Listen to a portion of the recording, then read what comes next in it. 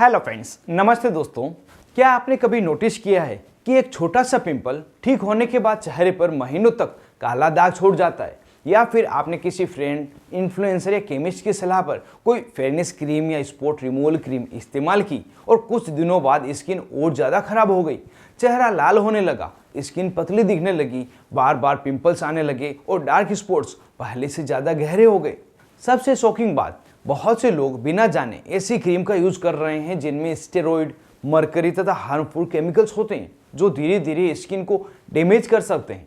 तो आखिर dark spot और स्कार सेफली कैसे रिमूव करें, कौन सी क्रीम सही है और किससे बचना चाहिए, और क्यों जल्दी गोरा करने वाली क्रीम्स आपकी स्किन को परमानेंटली नुकसान पहुंचा सकती है, आज की इस वीडियो में हम आसान भाषा में समझेंगे। फेस क्रीम का सही इस्तेमाल, डार्क स्पॉट्स और एक्ने स्कार का सेफ ट्रीटमेंट, और वो मिस्टेक जो आपकी स्किन को धीरे धीरे खराब कर रही है। तो वीडियो को अंत तक जरूर देखिए, क्योंकि आखिर में मैं आपको एक सिंपल स्किन केयर रूल बताऊंगा जो आपकी स्किन को अननेसेसरीली डैमेज होने से बचा सकता है।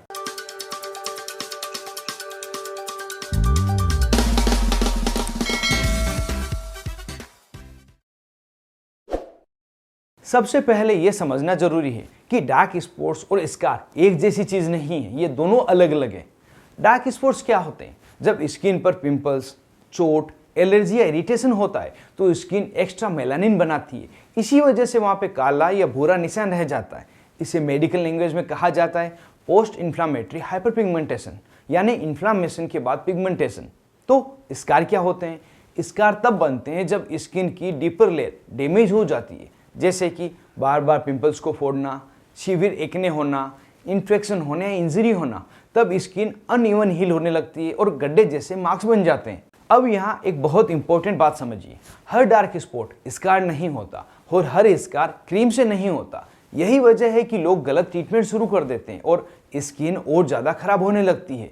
अब बात करते हैं सबसे कॉमन मिस्टेक की जो स्किन को जल्दी खराब करती है, वह है बिना प्रिस्क्रिप्शन के स्ट्रॉन्ग क्रीम यूज़ करना। बहुत सी क्रीम में स्टेरॉइड मिला होता है, जैसे कि बीटामेथासोन, क्लोबेटासोल, मोमेटासोन। इन क्रीम्स को कई लोग फेयरनेस क्रीम समझकर यूज करते हैं। शुरुआत में स्किन चमकदार दिख सकती है क्योंकि स्टेरॉइड इन्फ्लामेशन को दबा देते हैं, लेकिन धीरे धीरे स्किन पतली होने लगती है, चेहरे पर लाल वेन्स दिखाई दे सकती है, पिंपल्स बढ़ सकते हैं, फंगल इन्फेक्शन हो सकता है, स्किन स्टेरॉइड पर डिपेंड हो सकती है, और जैसे जैसे क्रीम बंद करते हैं स्किन पहले से ज़्यादा खराब होने लगती है, और इसे कहा जाता है स्टेरॉइड डैमेज फेस। और बहुत दुख से कहना पड़ रहा है, इंडिया में ये प्रॉब्लम्स बहुत कॉमन होती जा रही है। अब सवाल आता है, अगर हार्मफुल क्रीम्स नहीं यूज करनी चाहिए तो डार्क स्पॉट और स्कार्स सेफली कैसे ट्रीट करें? चलिए अब समझते हैं सेफ और साइंटिफिकली प्रूवन तरीके को। पहला है सनस्क्रीन सबसे जरूरी है। अगर आप ट्रीटमेंट ले रहे हैं लेकिन सनस्क्रीन नहीं लगा रहे हैं तो डार्क स्पॉट बार बार वापस आ सकते हैं, क्योंकि सनलाइट पिगमेंटेशन को और गहरा कर देती है। कम से कम SPF 30 और उससे ऊपर का सनस्क्रीन यूज करें। और याद रखें, महंगी क्रीम से ज़्यादा इंपॉर्टेंट है रेगुलर सनस्क्रीन। दूसरा है जेंटल स्किन केयर अपनाएं। बहुत ज़्यादा scrubbing, lemon, toothpaste, baking soda जैसे होम रेमेडीज स्किन को इरिटेट कर सकते हैं। इरिटेशन बढ़ेगी तो पिगमेंटेशन भी बढ़ सकते हैं, इसलिए mild face wash, non comedogenic moisture और जेंटल प्रोडक्ट यूज करें। अगला है इंग्रेडिएंट समझकर प्रोडक्ट चुनना। कुछ इंग्रेडिएंट साइंटिफिकली डार्क स्पॉट्स कम करने में मदद करते हैं, जैसे कि नियासिनामाइड जो स्किन टोन को इवन करने में मदद करता है। विटामिन सी, यह एंटीऑक्सीडेंट है जो पिगमेंटेशन कम करने में यूजफुल रहता है। एजेलिक एसिड, यह एक्ने और पिगमेंटेशन दोनों में हेल्पफुल रहता है। रेटिनॉइड्स, यह विटामिन ए के डेरिवेटिव होते हैं जो स्किन सेल को टर्नओवर को बढ़ा देते हैं, लेकिन इन्हें डॉक्टर गाइडेंस पे ही यूज करना बेहतर होता है। नेक्स्ट है कोजिक एसिड या अल्फा आर्बुटिन।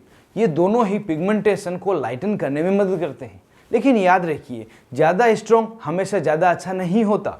धीरे और सेफली इंप्रूवमेंट होना चाहिए जो हेल्दी ट्रीटमेंट होता है। अब अगर बात स्कार की करें तो सिर्फ क्रीम से डीपर स्कार पूरी तरह खत्म नहीं होते।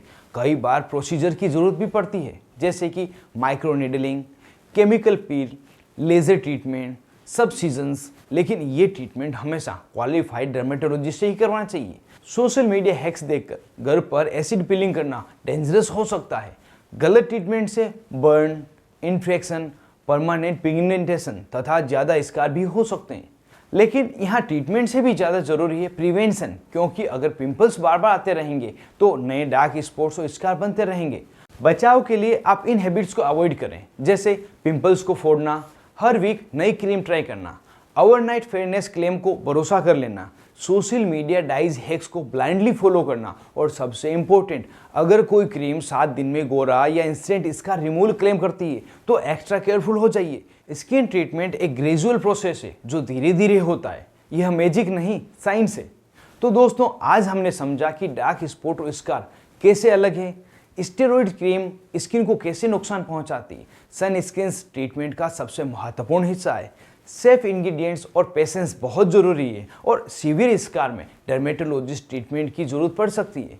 याद रखिए, हेल्थी स्किन का मतलब सिर्फ फेयरनेस नहीं होता, बल्कि स्ट्रॉन्ग, बैलेंस्ड और डैमेज फ्री स्किन होता है।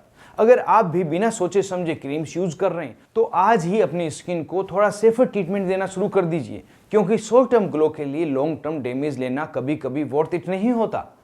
अगर यह वीडियो आपको यूजफुल लगा हो तो वीडियो को लाइक करें और शेयर भी करें, और ऐसे ही मेडिकली एक्यूरेट और इजी टू अंडरस्टैंड वीडियो देखने के लिए आपके अपने YouTube channel learn about medicine को सब्सक्राइब करना नहीं भूलें। मिलते हैं अगली वीडियो में, तब तक के लिए स्वस्थ रहें और मस्त रहें।